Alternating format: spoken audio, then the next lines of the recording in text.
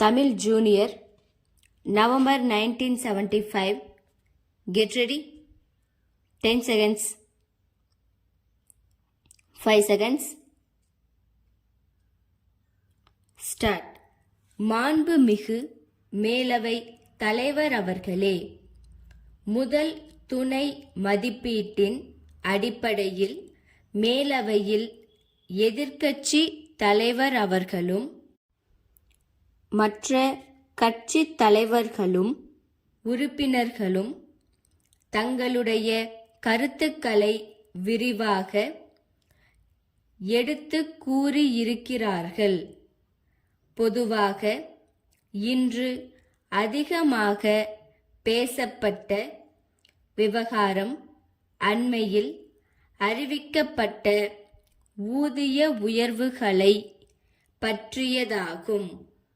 ஏற்கனவே இரண்டாவது சம்பள குழுவின் சார்பில் அறிவிக்கப்பட்ட பரிந்துரைகளையொட்டி ரூபாய் 22 கோடிக்கு மேல் அரசாங்க அலுவலர்களுக்கு அரசு ஊதிய உயர்வு அளித்ததை பற்றியதாகும். இரண்டாவது ஊதிய குழு தன்னுடைய பரிந்துரைகளை செய்ததையும் நாட்டில் அனைவரும் வெகுவாக வரவேற்றதையும் இந்த அவையில் உள்ள மாண்புமிகு உறுப்பினர்கள் நன்றாக அறிவார்கள். அதன் பிறகு சில முரண்பாடுகள் இருக்கின்றன என்றாலும் எடுத்து சொல்லப்பட்ட சில கிளர்ச்சிகள் உருவாகி அதன் தொடர்பாக தனிநபர் குழு ஒன்று அமைக்கப்பட்டு அந்த குழுவின் அறிக்கைகளும் பரிந்துரைகளும் அரசுக்கு தரப்பட்டு அரசாங்கத்தின் சார்பில் அந்த பரிந்துரைகளின் அடிப்படையில் பல்வேறு அலுவலர் சங்கங்களும் அளித்துள்ள மனுக்கள், கோரிக்கைகள் ஆகியவற்றின் அடிப்படையிலும் சில ஊதிய உயர்வுகளை இந்த அவையில் அறிவித்திருக்கின்றேன்.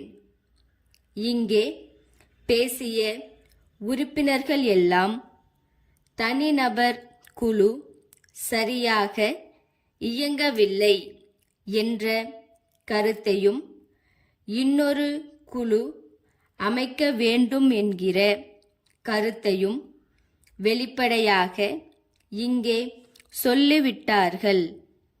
இன்னும் சொல்லப்போனால் முரண்பாடுகள் இருக்கின்றனவா என்று ஆராய்ந்த கட்டத்தில் தனிநபர் குழு பல்வேறு பிரச்சனைகளில் அலுவலர்கள் கோரிக்கைகளில் முரண்பாடுகள் இல்லை என்று அறிவித்தவைகளில் கூட அரசாங்கம் வலிய முன்வந்து முரண்பாடுகள் இல்லாவிட்டாலும் ஏற்கனவே அந்த பகுதியில் அரசு அலுவலர்களுக்கு அரசு சார்பாக அறிவித்திருக்கின்ற உறுதிமொழிகளை நிறைவேற்ற வேண்டும் என்ற நல்லெண்ணத்தின் அடிப்படையில் ஊதிய உயர்வுகள் இங்கே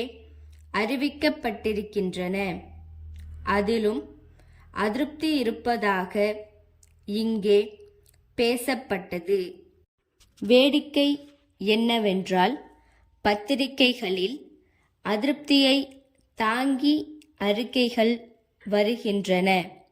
ஆனால் அதன் தொடர்பாக அலுவலர் சங்க தலைவரும் செயலாளரும் என்னை சந்தித்து மாலையிட்டு நன்றி தெரிவித்துவிட்டு போகிறார்கள். மற்ற மாநிலங்களை விட நாம் அதிகமாக ஊதியத்தை வழங்கி வருகிறோம்.